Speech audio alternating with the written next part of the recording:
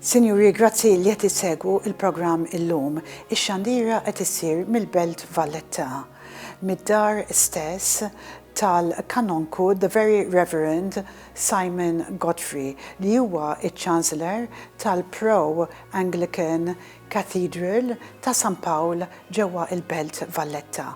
Ibqgħu magħna sa nitkellmu dwar il-mewt tal-Prinċep Philip u x'kien jfisser għal din il-Knisja Anglikana ġewwa il-Belt.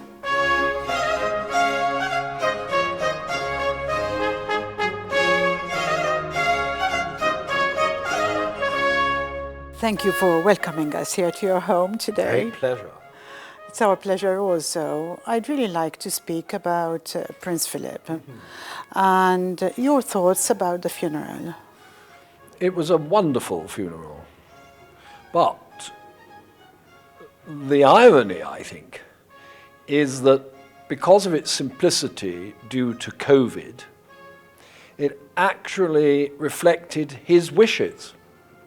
He didn't want there to be 850 people, which there would have been, in St. George's Chapel, Windsor.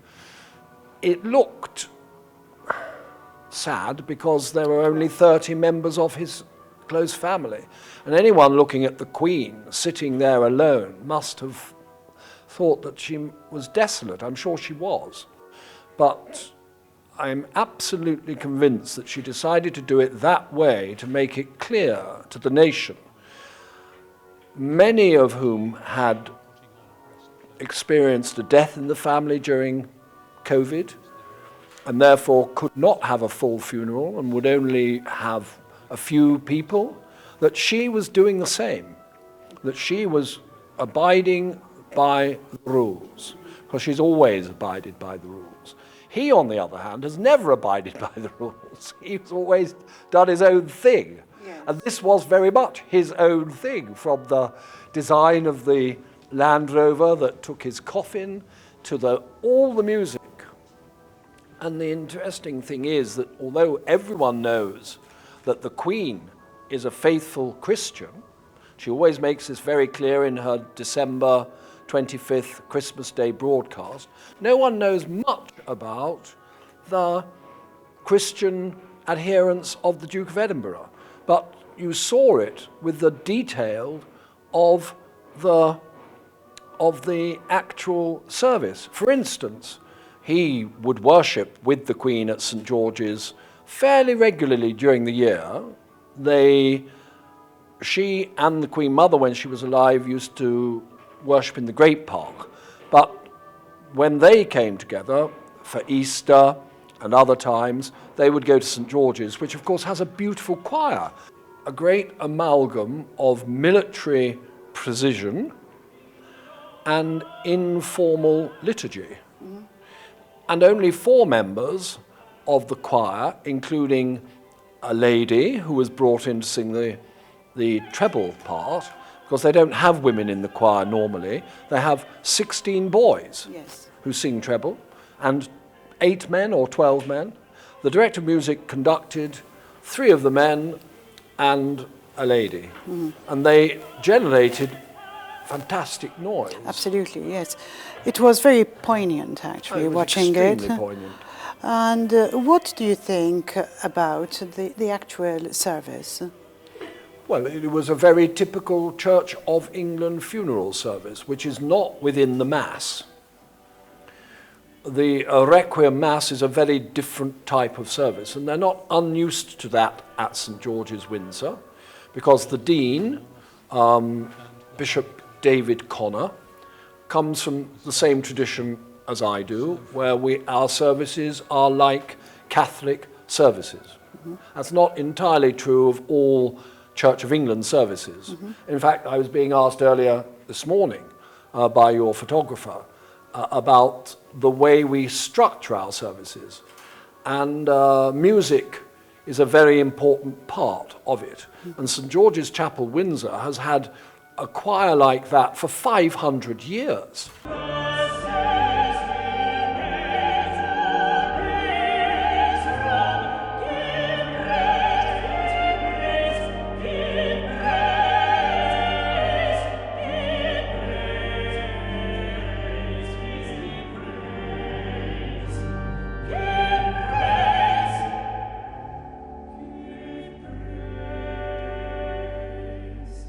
Like any funeral, especially a royal funeral, the music is always going to be fascinating to see what is going to be the choice. His Royal Highness the Duke of Edinburgh had chosen his music, and this was very well reflected, of course, in the funeral. The mass bands which played in the upper court was absolutely fantastic choice of music.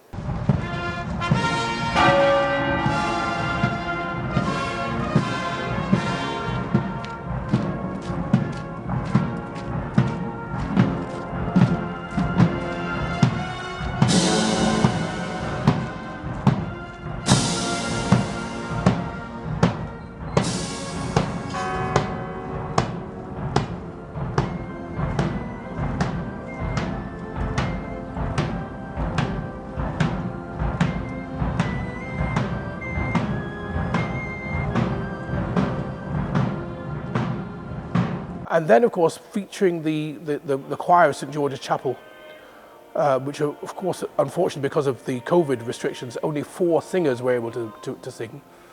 But somehow, one didn't seem to miss the fact that there was no boys or the full complement of the choir, but 4 wonderful singers. Not even the boys sang, but we had a soprano from outside. I don't know her, but the way that everything blended together was fantastic. The choice of music, the wonderful arrangement of Eternal Father, Strong to Save, the naval hymn, that wonderful arrangement, and then the Te Deum by Benjamin Britten, of which also His Royal Highness had a part in playing in the commissioning of that piece many years ago. And then, of course, the organ roll at the end, the Fantasie und Fugen, or the Fantasie und Fugen C minor of Johann Sebastian Bach, and the fanfares in the chapel as well by the Brother Marines and the Household Cavalry.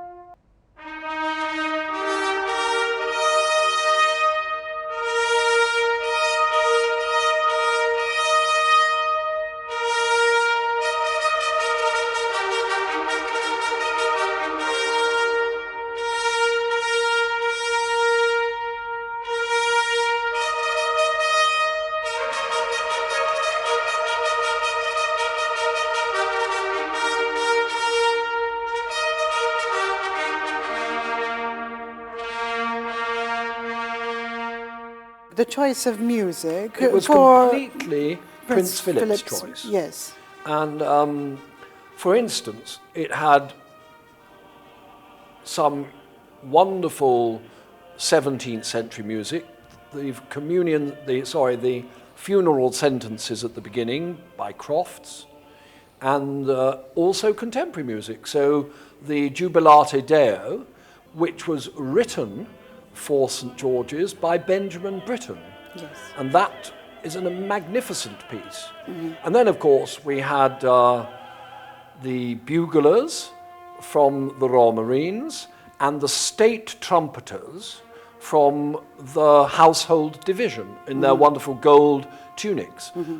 If the service had been bigger, they would have both divisions would have had a bigger part. But as it was, the pared down nature of the event was, as you say, more poignant in a sense, because it was so intimate with these members of the royal family in black, all the women in mourning pearls, which they wear. I didn't know that until I saw the reports. I didn't know they always wore pearls for funerals. And then these very strange, face coverings. Yes. It all looked so Out of place, It nearly. did rather. Yes. But I think the Queen, and indeed Prince Charles, and the other children, probably rather liked the fact that their face were covered because they didn't then show their emotions. They're quite No, used to absolutely. not showing emotions, but they've not had to face their father's death before. And you know, he was the very epicenter of the family. You know, it was rather like when Queen Elizabeth, the Queen Mother, was alive. You know, no decision was made unless she was consulted. Yes. The same with the Duke of Edinburgh. No family decision was made without his say-so.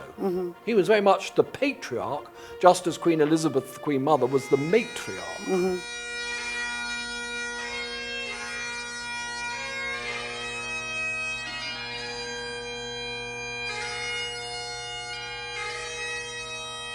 Waqt dawn il-programmi qed nitkellmu mal-kanonku the Very Reverend Father Simon Godfrey mill-Katedral ta' San Pawl li jinsab ġo triq il-punent il-Belt Valletta.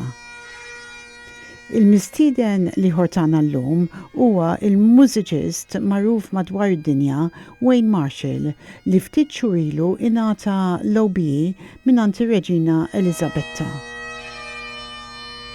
It-tnejn jaqsmu il-ħsibijiet tagħhom dwar il-mewt u funeral tal-Prinċep Philip u l-futur tal-familja irjali bbażata fuq esperjenzi personali tagħhom. Jekk għandkom xi kummenti ibatuhom permezz ta' messaġġ fuq in-numru li jidher waqt dan il-programm.